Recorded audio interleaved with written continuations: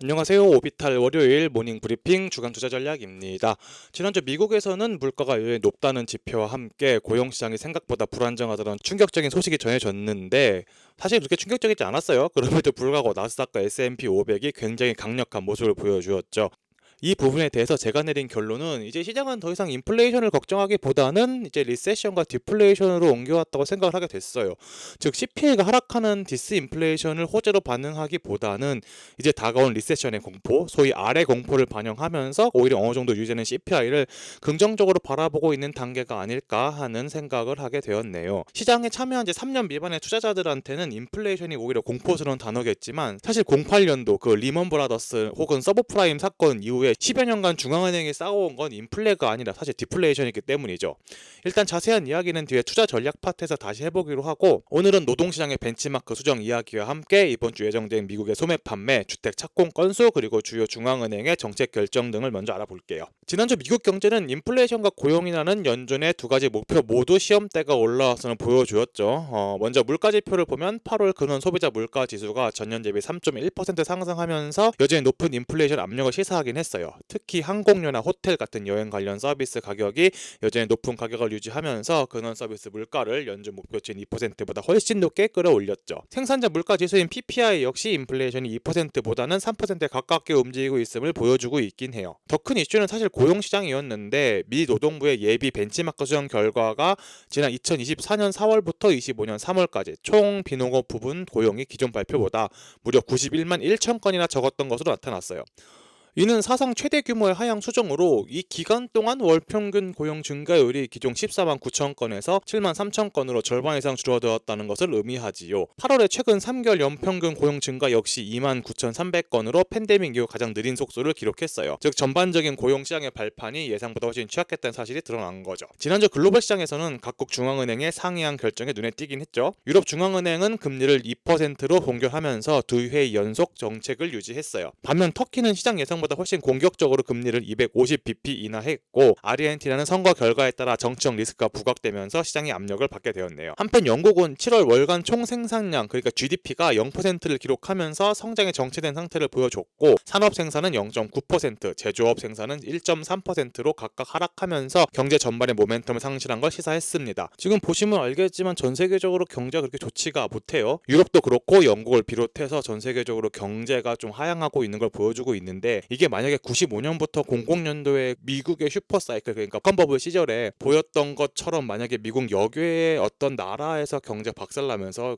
그 당시에는 이제 태국 바트와 위기나 한국의 IMF 위기가 있었죠. 그게 미국의 약한 조정 한 10%에서 5% 내외의 조정을 야기할 수 있는 리스크 팩터로서 작용할 수 있긴 하겠지만 일단 지금 나오고 있는 지표도 봐서는 이게 당장에 있을 그런 블랙스완적 이벤트는 아니기 때문에 그 여괴에 있는 나라들의 걱정하기보다는 계속 이런 지표 같은 거 보면서 어디 망가지고 있는 게 있는지 그걸 좀 지켜봐야 될 것 같아요. 이번 주에도 중요한 지표들이 시장 방향을 결정할 전망인데 가장 중요한 건 연준의 FOMC 금리 결정이죠. 지난주 고용 지표의 충격적인 하향 수정으로 인해서 연준이 9월 회의에서 기준금리를 25% 인하해서 4%에서 4.25% 범위로 낮출 것으로 예상되고 있긴 해요. 연준 의원들의 금리 전망을 보여주는 점도표도 2025년 중 75bp의 인하를 시사하는 등 보다 비둘기파적으로 바뀔 것으로 보이고 있네요. 다음으로 주목할 것은 미국의 소매 판매와 주택 착공 건수입니다. 7월 소매 판매는 예상보다 강한 소비를 보여주긴 했는데 8월에는 둔화된 고용 시장과 높은 인플레이션으로 인해서 0.4% 성장에 그칠 것으로 예상돼요. 글로벌 시장에서는 세 가지 나라를 봐야 돼요. 중국과 캐나다 그리고 일본이죠. 먼저 중국의 산업 생산 및 소매 판매 발표인데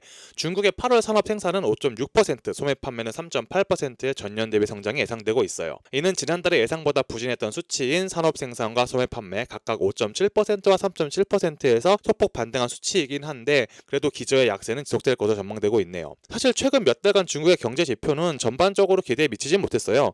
제조업 PMI는 올해 대부분 50 아래에 머물렀고 비제조업 PMI도 간신히 50을 웃도는 수준을 유지했죠. 또한 중국의 GDP 성장률이 2025년에는 4.8%, 26년에는 4.5%로 둔화될 것으로 보고 있기 때문에 단기적인 시장의 안정화를 위해서 지급 준비율 인하 같은 추가적인 양적 완화 정책이 가능성이 굉장히 높습니다. 그 다음 캐나다 중앙은행은 정책금리를 2.75% 동결할 것으로 것으로 보이고 있어요. 2분기 GDP는 전년 대비 연율 1.6% 감소하면서 성장이 둔화되었지만 7월의 핵심 인플레이션은 여전히 3.1%로 높은 상태를 유지하고 있습니다. 노동시장 역시 8월 고용이 2개월 연속 감소하고 실업률이 7.1%로 상승하는 등 약세를 보이고 있어요. 전반적으로 이번 달 동결 이후에 10월에 금리 인하를 시작할 것으로 예상되고 있긴 하지만 다음 주에 금리 인하가 단행될 가능성도 배제할 수는 없네요. 장기적으로 26년 1분기까지 추가적인 캐나다의 금리 인하가 있을 것으로 전망돼요. 마지막으로 일본은행의 금리 결정이 기다리고 있어요. 일본은행은 정책금리를 0.5%로 동결할 것으로 예상되고 있는데 사실 탄탄한 노동시장과 임금 상승, 꾸준한 GDP 확장 등으로 추가 금리 인상의 근거가 충분하긴 하지만 이시바 총리의 사임과 10월 초에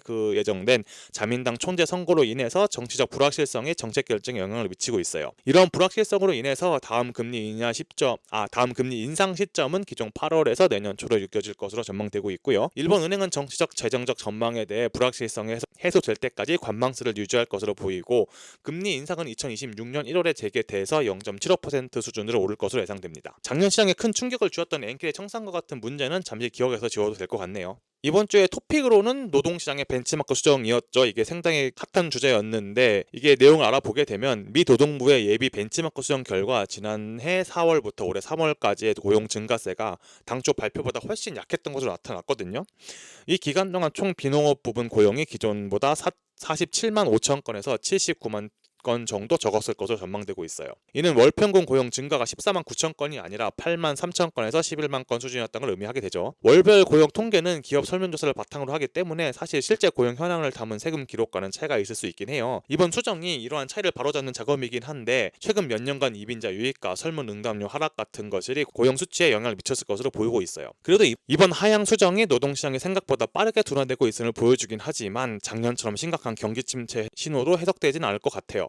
왜냐하면 실업률이 4.0%에서 4.2% 사이를 안정적으로 유지하고 있고 노동력 공급 증가 속도 자체가 둔화됐기 때문이죠. 즉 고용이 적게 늘어도 노동시장의 균형은 유지되고 있다는 뜻이에요. 따라서 연준은 고용시장이 예상보다 취약하다는 점을 인지하긴 했지만 급격한 금리 인하를 정당화할 만큼의 즉각적인 위험으로 간주하지 않을 것 같습니다. 지난주에도 이거에 대해서 언급한 적이 있는 것 같은데 지금 고용시장은 취직한 사람은 다 했고 인력 구할 곳은 다 구한 그런 형태라고 생각되네요. 연준이 긴밀하게 반응할 정도의 지표는 아니라고 생각해요. 이제 마지막으로 주간 투자 전략 한번 발행해 볼게요. 모두가 알다시피 증시 고점 신호는 지속적으로 나오고 있고 9월이 이제 2주가량 남았기 때문에 슬슬 JP모건의 칼라 스프레드를 다시 볼 때가 왔어요. 지금으로서는 5,850점의 롱풀 라인은 볼 일이 없을 것 같고 6,500점에 있는 쇼콜 라인을 지켜줄 수 있냐 관건이긴 하거든요. 기관 입장에서는 6,500위에서 마감하는 건 수익률의 하락이 발생할 수 있어서 분기 말인 9월 마지막 주쯤엔 어느 정도 조정을 감안해야 할 것 같습니다. 하지만 지속적으로 말하는 거지만 비단 지수뿐만 아니라 개별주에서도 우리가 원하는 자리는 절대 오지 않을 가능성이 매우 커요. 오히려 지금 우리가 생각하는 자리인 S&P를 한번 보게 되면 6,350이나 6,200 혹은 6,000 같은 자리는 절대 안 줄 가능성이 크죠. 그래서 계속 제안드리는 것은 마이너스 5%예요. 최대 낙폭을 마이너스 5% 정도로 생각하고 지수가 0.5% 떨어질 때마다 한 번씩 총 10번 산다는 생각으로 접근하면 좋을 것 같네요. 네, 오늘은 여기까지입니다. 이제 다음에는 4분기를 한번 전반적으로 조망할 수 있는 그런 개별주까지 한번 다 다루는 영상을 한번 찍어 보려고 하고 있네요. 그러면 다음에 봬요.